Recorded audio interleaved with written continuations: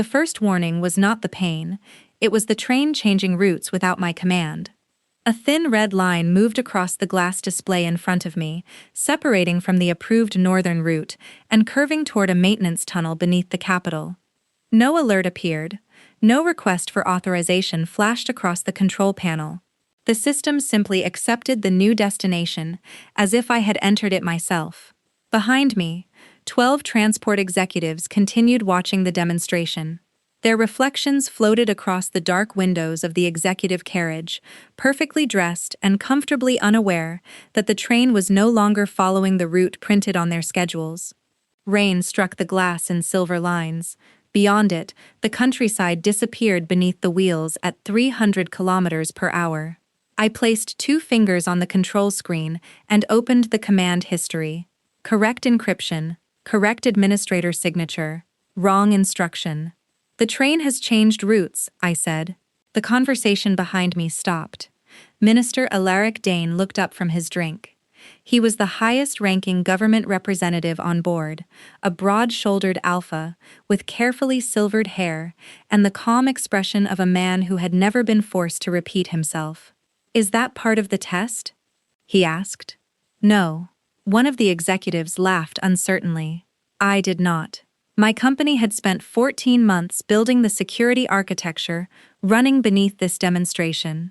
I had mortgaged my flat, sold half my equipment, and worked through enough nights to permanently damage my relationship with sleep.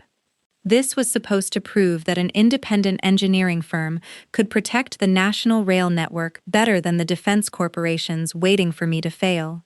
If the demonstration collapsed, my company collapsed with it. I enlarged the command trace. "The system did not make an error," I said. "Someone gave it an instruction it was designed to obey." Then the first cramp tightened through my abdomen. I gripped the edge of the console before anyone noticed. Too early. Far too early. My next heat was not due for 11 days. I had checked that morning, as I checked every morning before a major project. Suppressant level stable, hormone variation normal, emergency patch active. Nothing in my body should have felt like this. The cramp passed, leaving a band of heat under my skin. I opened the private medical display on my wrist. The suppressant patch icon blinked yellow, then red. Chemical delivery failure. My mouth went dry. I pressed the patch through my blouse. It was still attached below my ribs. The seal felt smooth beneath my fingertips. Correct label, correct seal. Wrong chemical. An alpha investor sitting near the presentation table turned his head. His nostrils flared. I saw the exact moment he noticed my scent. His posture changed before his expression did. I stepped away from him and closed the medical screen. "Ms. Cross," he said slowly, "are you feeling well?" "I am dealing with a technical problem." Another cramp came. This one cut deeper. My nails pressed into my palm. The scent neutralizers in the carriage activated with a soft mechanical hum, but the airflow did not move toward the extraction vents. The ceiling display showed the ventilation system redirecting air from my position toward the passenger compartments behind us. My scent was not being removed. It was being distributed. I entered an emergency shutdown command. Access denied. I tried again with my physical security key. Access denied. The carriage doors locked. Every display turned amber. A recorded voice filled the train. "Medical containment protocol has been activated. Passengers should remain in their assigned compartments." I stared at the announcement code. It had not come from the medical system. It had come from railway administration. Someone had created a false emergency, locked the train, redirected the ventilation, and placed my body at the center of it. My hand went to the inside pocket of my jacket. The emergency injector was gone. I checked the second pocket. Empty. I had placed it there before boarding. I remembered the weight against my ribs. I remembered checking the seal while waiting on the platform. Someone had removed it. Minister Dane rose.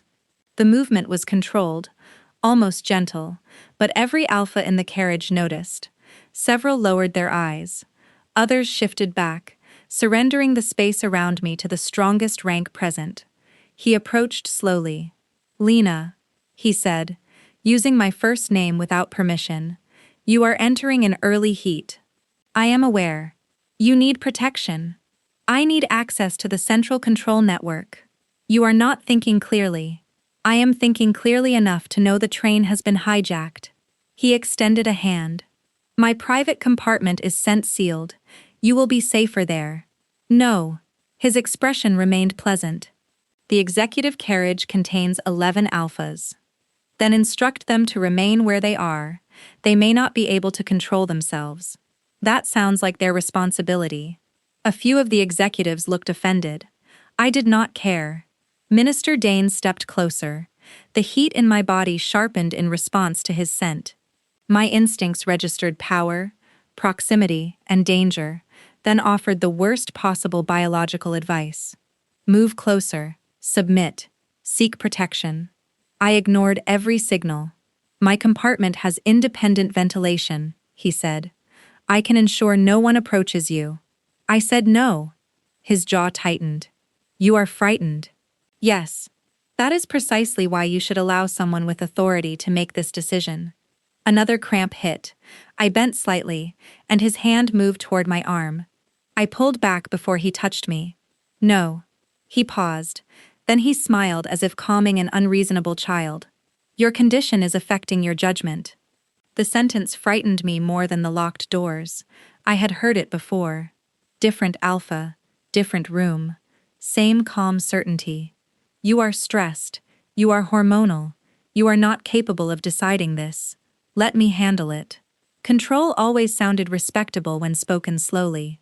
I turned back to the console and opened the carriage map. The communications cabin was 12 meters ahead, beyond a service corridor. It contained an independent radio, manual route controls, and a door designed to resist fire, pressure failure, and violent passengers. I grabbed my equipment case. Minister Dane blocked the corridor. Where are you going?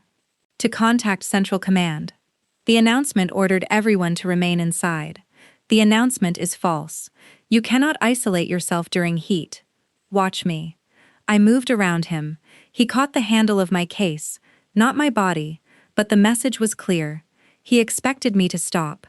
I released the handle. The case remained in his hand. I kept walking. The service corridor door should have required executive clearance. My engineering key opened it immediately. That was the first useful thing the train had done in several minutes. I entered the narrow corridor and sealed the door behind me. Someone struck the glass. I did not look back. The floor shifted beneath my heels as the train entered a curve that did not exist on the approved route. Emergency strips glowed along the walls. The red light made the corridor look narrower than it was. My breathing became uneven, partly fear, partly heat. I reached the communications cabin, entered my code, and stepped inside. The room was barely large enough for one chair, 2 control stations, and a wall of emergency equipment. Route diagrams covered one side. A narrow maintenance window showed the rain and blurred tunnel lights outside. I closed the door, locked it, engaged the manual brace. Only then did I let my knees weaken. I lowered myself into the chair and forced air into my lungs. Systems first, fear later. I activated the backup radio. Static. I changed frequencies. More static. The central station emergency channel had been jammed. I opened the manual route map. The train was heading toward Platform 0, an unfinished underground station abandoned 19 years earlier after a construction collapse. No scheduled train had used the tunnel since. Someone was not merely trapping me between stations, they were taking me somewhere isolated. A knock sounded against the cabin door. "Lena," Minister Dane called. "Open this door." I did not answer. The other passengers are becoming distressed. They should remain in their compartments. You are spreading scent through the ventilation. I did not redirect the system. You need medical assistance. From whom? The railway physician is preparing a stabilizing injection. I searched the crew registry. No physician was listed on board. I checked the live personnel tags. The medical badge transmitting from the rear carriage belonged to a technician who had retired 6 months earlier. "The doctor does not exist," I said. Silence followed. Then Dane spoke more quietly. You cannot remain in there indefinitely. I looked at the distance counter. 22 kilometers to Platform 0. Less than 9 minutes at our current speed. My fingers began to shake. The heat was rising quickly now, too quickly for a natural cycle. Whoever had replaced my suppressant had not merely removed medication. They had triggered an accelerated response. I searched my bag again. Laptop, access cards, tools, water, no injector, no emergency patch. My phone showed no railway signal. One private network remained available. I stared at its name. Laurent Emergency Access. 3 weeks earlier, I had presented a security proposal at Laurent Tower. The Laurent family controlled more transport infrastructure than some governments. Their companies operated rail lines, power systems, emergency hospitals, and half the data networks beneath the capital. The meeting had been scheduled for 40 minutes. It lasted 3 hours. Aurélia Laurent, the eldest sister, had sat at the center of the table, in a black suit with a royal crest at her throat. She possessed the kind of stillness that made everyone else aware of their own unnecessary movements. Sabine, the middle sister, had challenged every technical claim I made. She tried to break my encryption during the presentation and looked personally betrayed when my countermeasure locked her out. Elodie, the youngest, had smiled more than the other two combined. She directed the Laurent Medical Foundation and asked questions that sounded casual until I realized she had identified every weakness in the emergency response chain. Something strange happened when I entered that room. Aurélia stopped signing a document. Sabine entered the same password twice. Elodie dropped a silver spoon into her tea. They recovered quickly. I assumed powerful alphas were simply accustomed to making normal events feel dramatic. At the end of the meeting, Elodie gave me a card with a private contact code. Call when the official chain of command becomes the threat, she said. I told her that sounded theatrical. She replied that railway disasters often did. Now the official chain of command was outside my door, asking me to surrender my judgment. I opened the private network. The message field appeared. For several seconds, I could not type. Asking for help felt dangerously close to handing someone control. But the train was 8 minutes from an abandoned platform. My medication was gone. The ventilation was carrying my scent through a carriage full of alphas, and the most powerful man on board believed my refusal proved I was incapable of making decisions. I typed 7 words. Someone triggered my heat on the night train. Then 4 more. Please find me. I hated how frightened the message looked. I sent it anyway. The reply arrived before I could lower the phone. Stay behind the locked door. Do not use railway medication. We have your location. A second message appeared. 8 minutes. The lights above me flickered. Outside, Minister Dane knocked again. Lena, this situation is becoming dangerous. It was dangerous when someone replaced my suppressants. We can investigate that later. No, you may harm your professional reputation by behaving irrationally in front of senior officials. There it was. The threat beneath the concern. Open the door, or I will help the world believe you caused what happened behind it. My phone vibrated. Aurélia Laurent's voice came through the private channel. Lena, can you hear me? Her tone was calm. Not soft, not commanding. Stable. Yes. Are you alone? Yes. Is the door physically secured? Yes. Has anyone touched you? No. Has anyone attempted to? Minister Dane reached for me. I moved away. A pause. Not long. Long enough to hear Aurélia control something sharp inside herself. Understood, she said. Do you consent to an independent physician joining this channel? Yes. A new voice appeared. Lena. My name is Dr. Mara Venn. I am an Omega physician. Elodie Laurent is with me. I need to ask you several medical questions. Go ahead. Can you estimate when the symptoms began? 4 minutes ago. Natural onset? No. Too fast. Patch condition? Label intact. Delivery failure. Emergency medication? Missing. Any dizziness? Some. Visual changes? No. Pain level? 6. Can you smell a sweet metallic note beneath your own scent? I inhaled carefully. The air tasted warm and wrong. Yes. Dr. Venn swore under her breath. What does that mean? I asked. It suggests a catalyst. Do not accept any injection from railway staff. I wasn't planning to. Elodie's voice followed. Good. Continue being suspicious. It suits you. Despite everything, a breath of laughter escaped me. It hurt, but it also reminded me that I was still myself. My phone displayed the countdown. 7 minutes. The train entered a tunnel. Rain vanished from the maintenance window, replaced by black concrete and passing lights. Minister Dane's voice came through the door. The tunnel will interrupt outside communication. Open the cabin before you lose contact. I still have contact. With whom? I did not answer. Aurelia did. Her voice came through my phone, low and precise. Sabine has entered the railway network. We are isolating your line. What does that mean? Sabine answered. It means every train in the Central Capital network is stopping. I stared at the phone. You stopped every train? Not yet. A series of lights changed on the route map. Green lines turned amber. Amber turned red. Dozens of moving indicators froze across the capital. Now I have, Sabine said. The scale of it was difficult to understand. Thousands of passengers. Hundreds of kilometers of rail. Every station display changing at once. All because I had sent a frightened message from a locked room. Sabine, Aurelia said. Status. Hostile administrator is attempting to preserve access to Lena's carriage.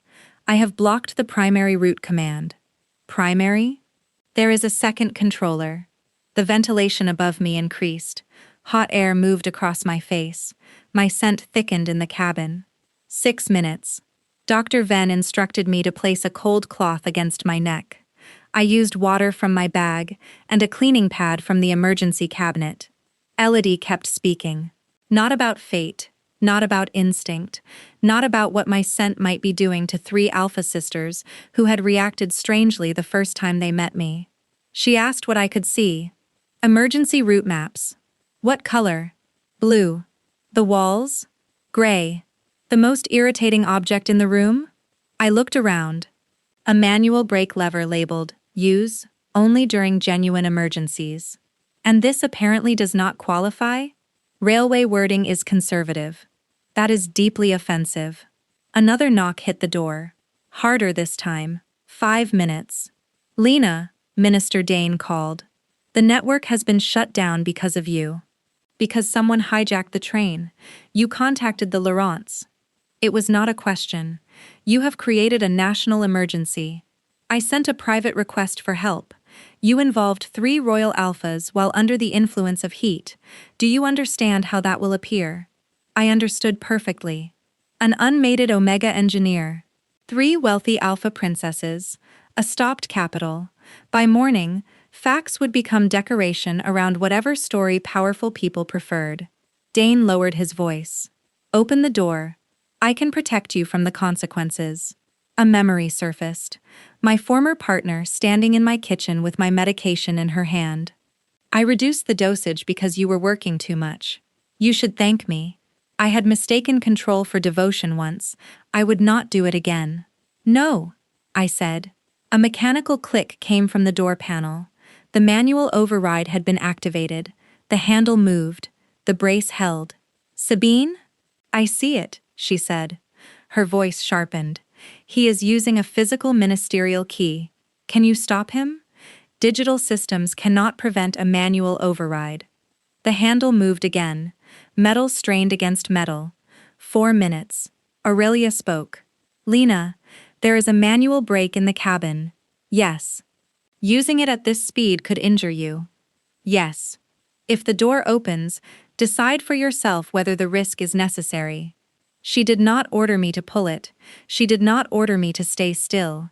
She gave me information and left the decision where it belonged. With me. The train began to slow. Not because of Sabine. The route map showed Platform 0 approaching. 3 minutes. A pale line appeared through the maintenance window. The abandoned station was close enough for emergency lights to reflect against the tunnel walls. Then another light appeared on the parallel track. White. Fast. Moving beside us. A second train entered the tunnel. It matched our speed. Its exterior carried no public logo, only the Laurent Royal crest. 2 minutes. My phone filled with voices. Sabine called distances. Dr. Venn prepared medication. Elodie told me to remain seated unless the door failed. Aurelia said nothing for several seconds. Then she asked, "Lena, are you still with us?" "Yes. We are beside you." The second train moved closer. A secure emergency coupling extended between the two vehicles. Metal struck metal. Sparks flashed through the tunnel. The carriage lights behind my cabin went dark. 1 minute, someone shouted outside. The handle stopped moving. The cabin display showed 3 new security signatures entering the train. Aurelia Laurent, Sabine Laurent, Elodie Laurent. The executives became silent. I heard it through the walls. No conversation, no argument, only footsteps. 3 sets. Measured. Approaching. Minister Dane spoke first. "This is government transport property." Aurelia's reply came clearly through the door. "Your authority has been suspended. You cannot suspend a minister during an emergency. I did not suspend you because of the emergency." Her voice became colder. "I suspended you because she said no." No one answered. Sabine's tablet sounded against the door panel. The lock indicator changed from red to green. The door did not open.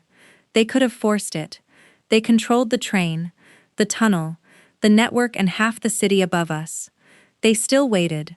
My phone rang. Aurelia spoke through it. "The lock is released. No one will enter unless you invite us." I looked at the handle. My hand shook when I reached for it. Not because I doubted them, because opening a door still felt like surrender. I reminded myself that the decision was mine. Locked or open, alone or helped. Mine. I removed the brace, turned the handle, opened the door. The 3 alpha scents reached me at once. Aurelia was cedar, rain, and controlled power. Sabine was cold metal and electricity.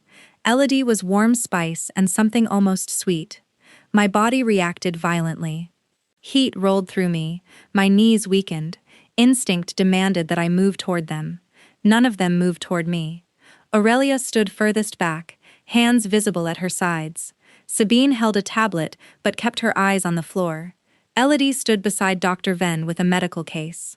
"May we enter?" Aurelia asked. "Yes." Dr. Venn stepped inside first. "May I examine your patch?" "Yes." "May I touch your wrist?" "Yes." Every question helped. Every answer returned part of me to myself. Dr. Venn checked my pulse, removed the failed patch, and placed it inside a sealed evidence container. Elodie lifted a folded coat. "May I put this around your shoulders?" "Yes." She approached slowly and settled the fabric around me without brushing my neck. Sabine activated a portable scent neutralizer only after asking permission. Aurelia remained at the doorway, watching the corridor instead of me. Minister Dane stood several meters away between 2 emergency officers. His expression had changed. The respectable concern was gone. What remained was anger. "You have disrupted the entire capital," he told me. My legs nearly folded. Elodie held out her arms. She did not grab me. "Lena?" "Yes," I whispered. She caught me before I struck the floor. She held me securely enough to keep me safe, and loosely enough to remind me that I remained free. As Dr. Venn administered a verified suppressant, Sabine opened a maintenance panel beside the cabin door. Something rolled from the wiring space. My missing injector. Its seal had been broken. Dr. Venn examined the cartridge under a portable scanner. Her face hardened. "This is not emergency suppressant." "What is it?" I asked. "A bonding catalyst." The tunnel seemed to become silent around us. Dr. Venn continued carefully. "It increases heat response, creates temporary dependency, and can cause an omega to associate relief with the nearest dominant alpha." I looked at Minister Dane. His face lost color. The route, the ventilation, the missing medication, the false doctor, the isolated platform, none of it had been accidental. The train had not been carrying me toward a station. It had been carrying me toward a decision someone else had already made. I woke hours later in a medical room at the Laurent residence. The curtains were open to the early morning sky. Pale light stretched across the ceiling. No restraints, no locked doors. My phone, clothes, and equipment were arranged on a table within reach. A printed medical report lay beside them. Dr. Venn had signed every page. A note at the bottom stated that no information would be released without my written authorization. I sat up slowly. My body felt heavy, but the unnatural heat had faded. Someone knocked, not entered, knocked.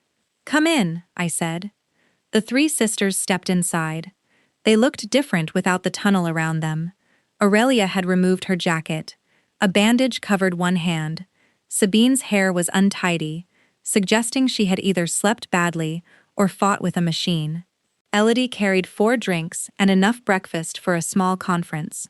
She placed everything on the table. "I did not know what you liked," she said, "so I ordered all available options."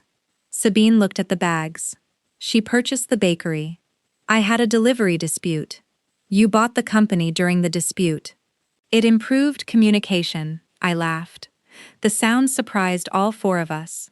Then I looked at Aurelia's bandaged hand. "What happened?" "The coupling mechanism jammed." "You tried to release it manually?" "Yes." "That was stupid." "Yes." She accepted the judgment without argument. The room became quiet. There was something they had not said, something present in the way they kept distance from the bed, despite the attention they could not entirely hide. I looked from one sister to the next. "What happened when we first met?" Sabine became very interested in the wall. Elodie exhaled. Aurelia answered. "We recognized you." "As what?" "Our fated Omega." The words entered the room and changed its pressure. I stared at them. "All 3 of you?" "Yes," Aurelia said. "You knew for 3 weeks?" "Yes." "And you said nothing?" "We believed telling you immediately would place an instinctive claim over a professional meeting. You built an emergency network around me. An anonymous one," Sabine said. "The system did not access your location until you activated the code. You prepared an Omega physician." Elodie nodded. "For any emergency contact, not only you." I looked at Aurelia. "Why didn't you tell me?" Her answer came without hesitation. "Because recognition belongs to instinct. Introduction belongs to choice." I wanted to believe her. That made me suspicious. The sisters had rescued me. They had respected the locked door. They had asked before every touch. They had also stopped an entire capital in 8 minutes. People with that much power rarely did anything without a reason. "What do you gain from bonding with me?" I asked. No one answered quickly enough. I pushed the blanket away and stood. The room tilted, but I remained upright. "What do you gain?" Sabine closed her eyes briefly. Aurelia said, "Control of the National Transport Charter." The truth was worse because she delivered it plainly. An old royal agreement divided permanent authority over the railway between the Laurent family and a council of hereditary administrators. The sisters managed the network but did not fully own or control it. The charter contained an archaic succession clause. If the 3 Laurent heirs established a recognized pack with a rare compatible Omega, the council could be dissolved and full authority transferred to them. My compatibility was rare enough to satisfy the clause. A bond with me would give them the national rail system. I looked at the breakfast, the open door, and the carefully arranged medical reports. Every act of kindness became evidence in a different case. "Did you rescue me because you cared?" I asked. "Or because I am the key to your inheritance?" Aurelia's face tightened. "Both motives may exist. Only one matters." "Which one?" "The one you choose to believe after examining our behavior." "That is not an answer." "No," she said. "It is the only answer we have the right to give." I asked them to leave.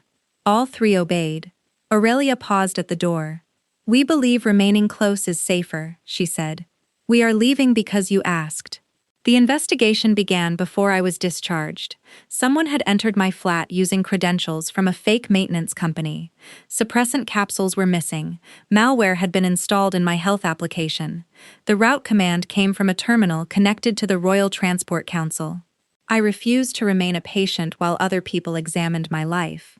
Sabine gave me access to the evidence server. Not limited access. Not a simplified summary.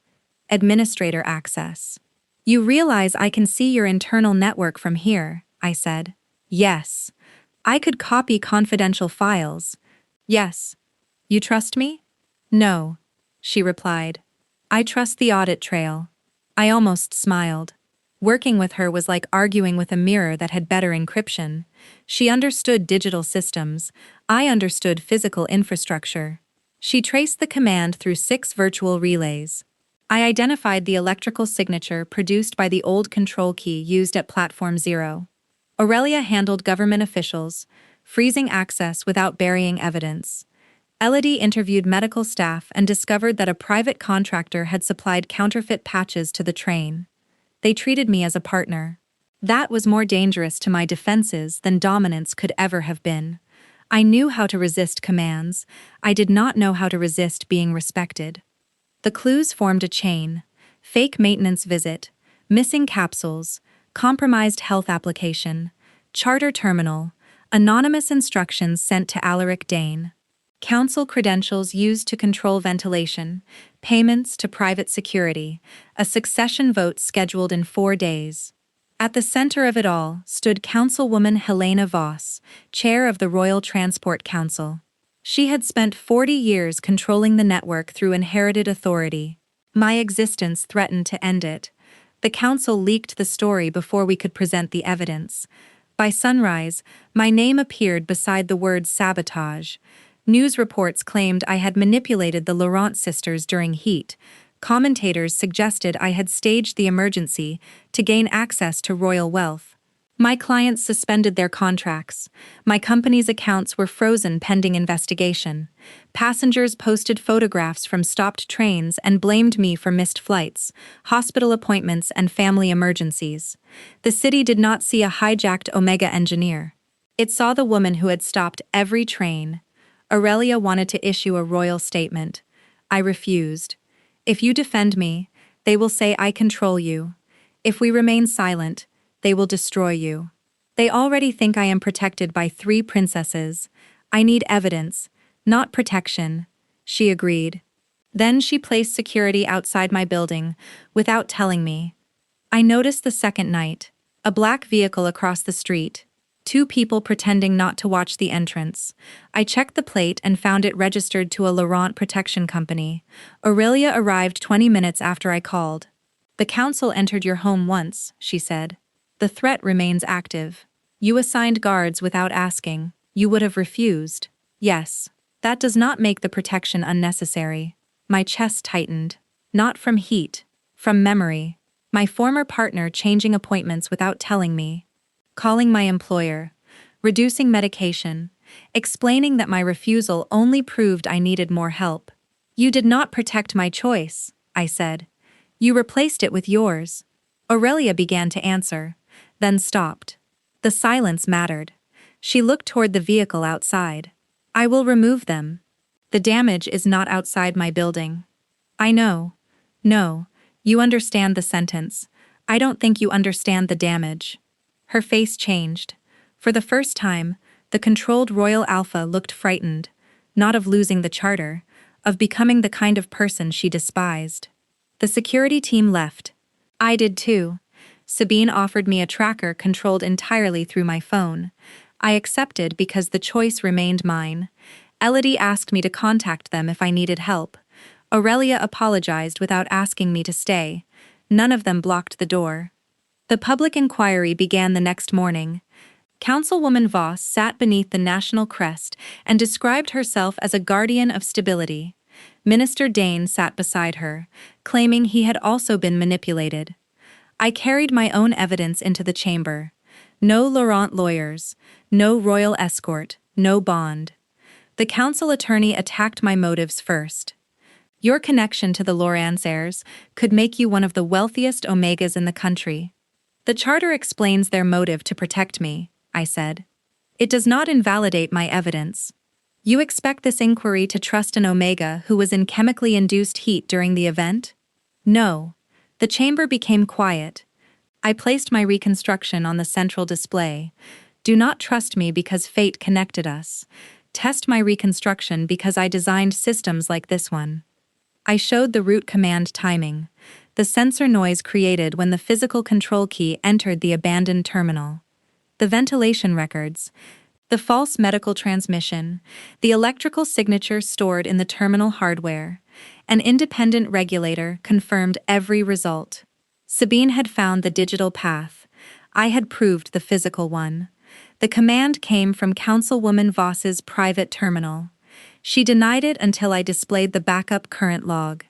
Old systems remembered what powerful people forgot. Electricity did not care about rank. Voss finally admitted the plan. She claimed the dosage had been controlled. She claimed no permanent harm was intended. She said the Laurent sisters were too emotionally compromised to govern the network. She said the council had protected national stability for generations. Then she looked directly at me. One Omega's preference cannot outweigh the security of an entire nation. There it was, the true argument, not whether I had been endangered, whether my choice mattered enough to inconvenience power. My preference? I said. You would have formed a temporary dependency on Minister Dane. The Laurent claim would have become invalid. The council would have retained control. You drugged me, redirected a train and placed me beside an alpha who ignored my refusal. For stability, Minister Dane turned on her. You used me. Voss looked almost bored. You were selected because your rank and proximity made the response predictable. Dane stood. I am a victim of this conspiracy. Aurelia spoke from the public gallery. You were manipulated. You also ignored her refusal. Both facts remain true. Dane looked at her. She did not look away. The inquiry cleared my name. Voss was arrested. Dane lost his office and faced separate charges for coercive conduct. But the final decision remained. The charter could still transfer the network to the Laurent sisters if I formed a pact with them. Instead, they dissolved the clause. They surrendered the inherited right before asking anything from me. They risked the rail network, their executive positions, their royal authority, and the power attached to our bond. Aurelia announced that no national system should depend on the private relationship of 4 women. Sabine released the network architecture for public audit. Elodie redirected royal medical funding into independent Omega emergency services. They gave up the easiest path to power. Only then did I believe they had never viewed me as a key. My company survived. Then it grew. The government adopted my safety rules. Clients returned. New contracts arrived faster than I could accept them. I designed emergency Omega cabins for every major train, with independent medical supplies and consent-controlled access. No single administrator could control both ventilation and doors. Anonymous distress messages bypassed the official chain of command. My company conducted the external audits. The Laurent sisters invested through a non-controlling arrangement that gave them no ownership of my work. 3 months after the inquiry, I returned to Laurent Tower. The same tables stood in the same room. Aurelia stopped signing a document when I entered. Sabine entered the same password twice. Elodie dropped another spoon, although I suspected she did it deliberately. I have conditions, I said. Aurelia placed her pen down. No immediate permanent bond. No royal residence. No surveillance. No financial ownership of my company. No medical decisions without permission. No public PAC announcement, separate professional identities. Sabine looked at Aurelia. She appears to have prepared this list specifically for you. I noticed, Aurelia said. I continued. I am not agreeing to a bond. We understand, Elodie said. I am asking for one date. No one moved. With all 3 of you, I added. Elodie made a sound of delighted disbelief. Sabine covered it with a cough. Aurelia, for the first time since I had met her, forgot to look controlled. The bond inside me did not feel like a chain, it felt like an open door. We dated badly at first. Then better. Aurelia reserved an empty historic station after midnight and served dinner beneath the old departure clock. She asked permission before holding my hand and looked more nervous than she had while confronting a government minister. Sabine invited me to attack a supposedly unbreakable railway network. I broke it in 23 minutes. She refused to speak to me for 7. Then she kissed me after asking twice. Elodie took me to a volunteer medical carriage, serving rural omegas. Children climbed over her expensive coat.